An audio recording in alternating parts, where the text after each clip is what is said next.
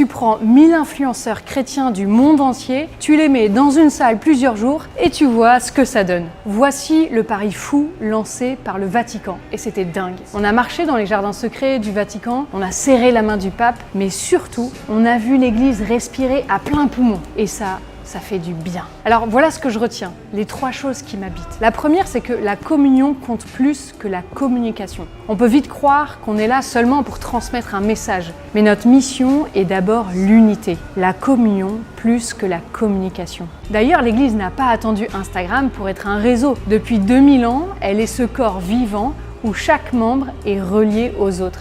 Un vrai réseau social avant même leur invention. La deuxième chose, c'est que c'est pas un outil, mais un lieu à habiter. Si on réduit les réseaux sociaux à un outil, un simple moyen pour évangéliser, on se plante. Nos posts ne sont pas des panneaux publicitaires, mais une bonne nouvelle. Notre contenu n'est pas de la propagande, mais un partage libre.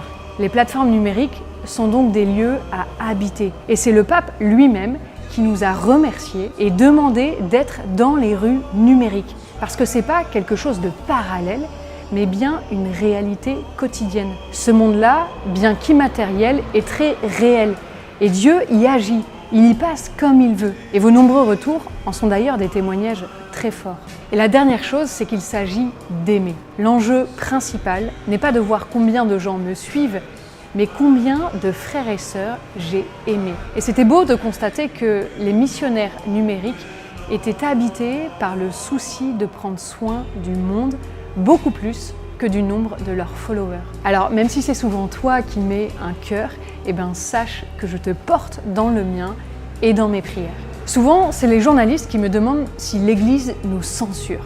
Mais voilà l'Église que j'ai vue, audacieuse, enthousiaste, et loin de nous freiner, elle veut nous encourager pour qu'on avance ensemble.